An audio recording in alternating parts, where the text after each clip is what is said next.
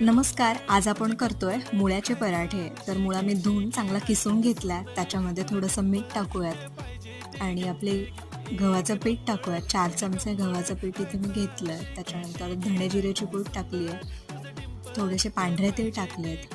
ओवा टाकला आणि थोडंसं कलौंजी टाकलं. त्याच्यानंतर बारीक चिरलेली हिरवीगार कोथिंबीर मी त्याच्यात टाकली आहे. हवं तसं तिखट, लाल तिखट मी टाकलेलं आहे आणि जरा पिवळसर हवं असेल थोडीशी हळद टाकून चांगलं आपल्या चपातीच्या कणकेनुसार मळून घ्यायचं. छोटे छोटे पराठे तूप लावून भाजून घ्यायचे आणि भाजून झाल्यानंतर मस्त लोणच्याबरोबर खायचे. खूप छान लागतात. तुम्ही पण नक्की करा आणि मला कमेंटमध्ये सांगा. व्हिडिओला लाईक करा, चॅनलला सबस्क्राईब करा. Thank you.